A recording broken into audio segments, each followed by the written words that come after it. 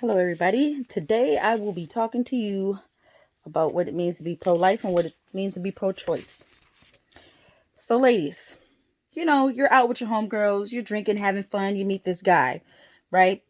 Y'all start kicking it, y'all start drinking heavy, and you wind up having a one-night stand with the cat, right? A month goes by, no period. You take a test, bam, you're pregnant. What's your next move? What do you do?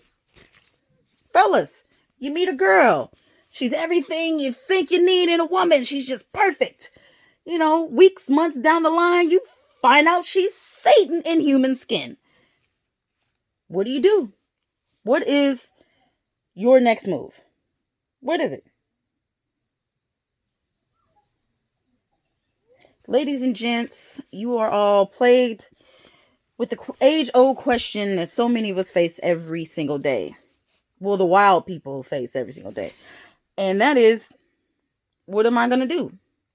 Well, today I'm going to give you the tools necessary for you to make a conscious decision on whether you would choose to terminate or whether you choose to continue on. And I just want you guys to understand your options in both of them. Okay.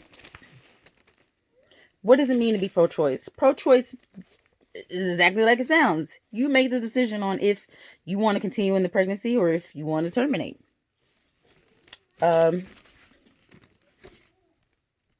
abortion is terminating the pregnancy, whether it be by a doctor induction or something you concoct on your own, because there's people to do it. About 24% of all women by the age of 45 have had at least one abortion, and 59% of them were already mothers at the time. So it's a lot more of people who already have kids doing it than it is of new people who this is their first rodeo show. And what people don't understand is just how common abortions are. Like, we are 4 months into the new year, and there's already been, across the U.S., over 1 million abortions performed. Which is just like, whoa, we're not even in 6 months and already, huh? Woo. And just like say a little bit of my own experience with it, I had to have one myself, because at the tender age of 19, I lost my virginity via rape. And I wound up getting pregnant. And it was a very hard thing to go through, not knowing, just being so new. And because it's one thing to learn about sex, it's another thing to go through it. Okay, they don't teach you a lot in school that has to do with the actual depths of sex. So I was really stupid to it. But I'm just happy that I had a mother that wanted to see see the best for me. So she was there with me and went through the whole process with me and didn't judge me, didn't make me feel bad, did nothing. She was like, I understand your position and I support you. And, I wish everybody had a mother like that. On the other hand, there's miscarriages. A miscarriage is basically the baby aborting itself before 20 weeks is what they say. And about 10 to 15% of known pregnancies end in a spontaneous abortion, which is known as a miscarriage. And 30% of unknown pregnancies end in miscarriages. I myself have suffered from a few of those because of the D&C I had when I had an abortion done. One of the utensils actually pulled my cervix back, and because it did that, it made it hard for when I actually got pregnant for the cervix to close and for the mucus plug to stick. So I ended up suffering a lot of miscarriages behind that. The second part, well, the other half of being pro-choice is being pro-life. And just like it sounds, it's people that advocate for life, period. They don't care if you got pregnant via rape. They don't care if you got pregnant by an abusive boyfriend. They support the baby more than they support the mother. They're like, that baby deserves to be here just as much as you do. And I can understand it.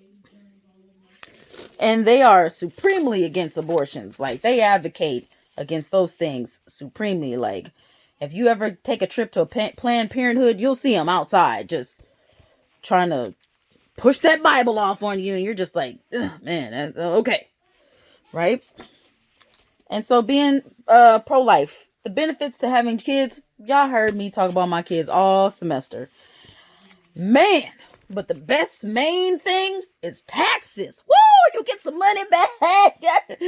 Okay, I'm just joking. That is not the main thing at all. It's not. Having kids is a game changer. It really put a lot of things in my life in perspective. Like, I honestly don't know if I would still be here if I didn't have my kids. They when I say they saved my life, I literally mean that. Like, I owe my kids my life because I was in dark places and they brought me out of them. And they brought me out, with bumps and bruises, but they brought me out. And I'm forever in debt for them. I'm forever in debt. And a lot of people just don't understand that. Kids are blessings. Whether they make you want to rip your hair off or what, they're still blessings. And they just deserve to be treated as such. To the flip side of keeping your child, there is, for those who can't financially support the baby, there is the world of adoption. But, like I was telling you guys before, the adoption process is really long and tedious.